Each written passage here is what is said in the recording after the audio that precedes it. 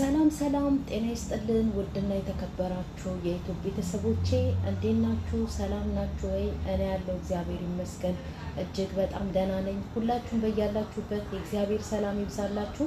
እኔም አለው ደህና ነኝ እግዚአብሔር ይመስገን። ዛሬም ተመልሼ መጥቻለሁ። እንግዲህ አላዛርንና እናቱን ትንሱን ይዤ ነው የመጣሁት። እንግዲህ ሁላችንም እንደምናውቀው እንግዲህ የእናቱ ንግግር ዛሬ ደግሞ ትንሽ በጣም የሚያስጠላና የሚደብር ንግግር ነው የተናገረችው። አንድ እናት ልጇን በዚህ ልክ ችግር የለውም እኮ የእናትና የልጅ ቅርርብነት አለ አይደለ? የእሷ ደግሞ ሌላ ነገር ሰውን ሌላ አመለካከት ውስጥ የሚከት ነገር እንዴ!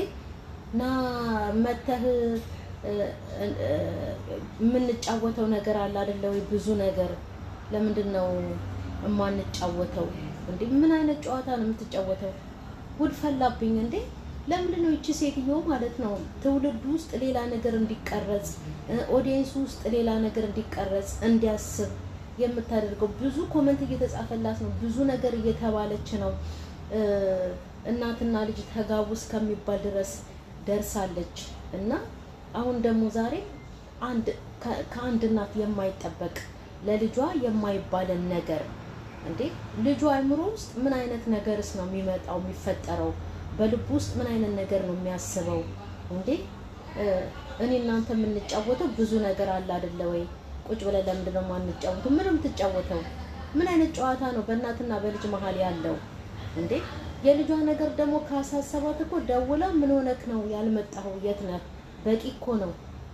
በቃ አሳሰብከኝ፣ ስትቀርብኝ አሳሰብከኝ። እሺ እሱ ትንሱ ጋር መምጣቱን መታረቁን ነገሮቹን ማስተካከሉን ካልነገራት ማለት ነው እሷ ደውላ ምን ሆነክ ነው የጠፋኸው? አሳሰብከኝ እኮ ልጄ።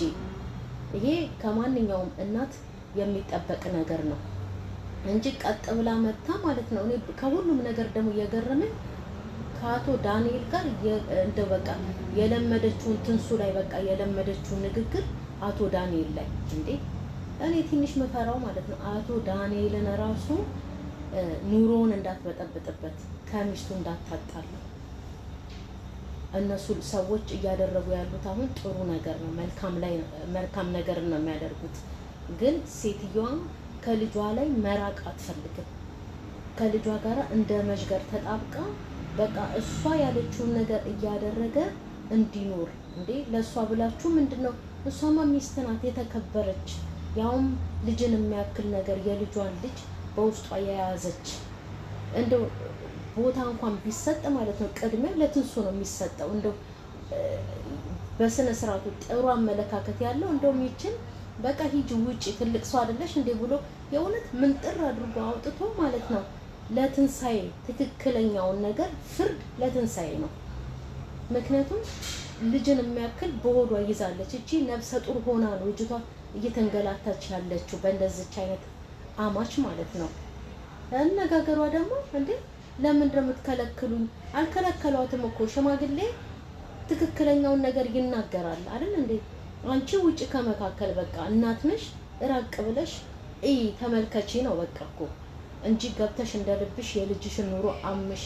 ወይ ደግሞ እቺ ነፍሰ ጡር ሴት ባለፈው አሁን በሯን ዝግት አድርጋ እኔ የእውነት አልጠበቅኩም።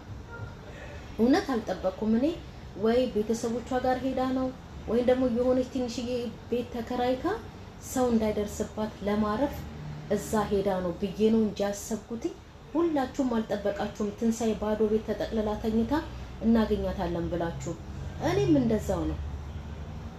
ባዶ ቤት ተጠቅልላ እስከመተኛት ድረስ የደረሰችው ይች ልጅ ነገር ሸሽታ ነው አይደል እንዴ? እረፍት ያስፈልጋታል። ያለ እድሜዋ እኮ ከእርግዝና ጋር ተከትሎ የመጣ ደም ብዛት ይዟታል አይደል እንዴ?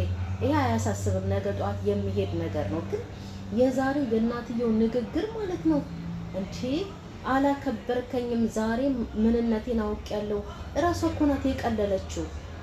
የእናትነትን ክብር አላገኝ ያለችው የእናትነት ክብር እንዳይሰጣት ያደረገችው እራሷ ናት እኮ። ትንሳኤ እኮ አልዘለፈቻትም፣ ወይ ደግሞ አቶ ዳንኤል አልዘለፋትም እንዴ? አንተም ትንሱን እንደምን አይተሃት ነው እኔን የምትገፋኝ እኮ ነው። አቶ ዳንኤልም ትክክል እኮ ነው። ህግ ደረጃም ብትሄድ እኮ ትንሳኤ ናት የምትሰማው እንጂ እናቱ አይደለችም እኮ። እና በቃ የምትናገረው ሰዎቹ እንደሚሉት በጣም ኦዲየንስን ራሱ ማለት ነው በጣም ሌናቀችው እቺ ሴትዮ። ሰው ጤፉ ናት ብያቸዋለሁ እኮ ሰው ጤፉ። ምንም ቢጻፍላት ምንም ብትባል ማለት ነው የፈለገችውን ነገር እየተባለች ራሷን እያቀለለች ይሄ ብቻ ይምጣ የዩቲዩብ ብር ብቻ ይምጣ ራሷን እያቀለለች። እኔ አይደለም በእኛ ራቅ ብለን በምንመለከታት ኦዲየንሶቹ ብቻ ሳይሆን ማለት ነው ምናልባት እንደው ደፍሮ ወጥቶ የተናገራት የለም እንጂ ጎረቤት ራሱ እያሽሟጠጣት ምን አይነት ሴት ናት፣ ምን አይነት እናት ናት የማይላት የለም። ይሄን ጊዜ እውነት ለመናገር ይሄ ትክክል ነው። ዛሬ ደግሞ ብላ እኔ እናንተ የምንጫወተው ብዙ ጨዋታ አለ። ይሄን ያህልስ ከልጅ ጋራ አሁን እሱ ትልቅ ነው፣ የራሱ ኑሮ መኖር የጀመረ ሰው ነው። እንደዚህስ ብሎ መጥቶ ልጅን ማናገር፣ ሰውንስ ደግሞ ሌላ ነገር እንዲያስብ ማድረግ ምን አይነት አማርኛ ነው ይሄ? ምን ማለት ነው እንዴ? ልጇ ነው መጠየቅ ግድ ይላታል። እሺ ስልክ ደውላ ልጄ የት ነህ? ምነው ጠፋ? ያለህበትን እኮ አልነገርከኝም፣ አሳሰብከኝ። ይሄ ከአንድ እናት የሚጠበቅ ነገር ነው።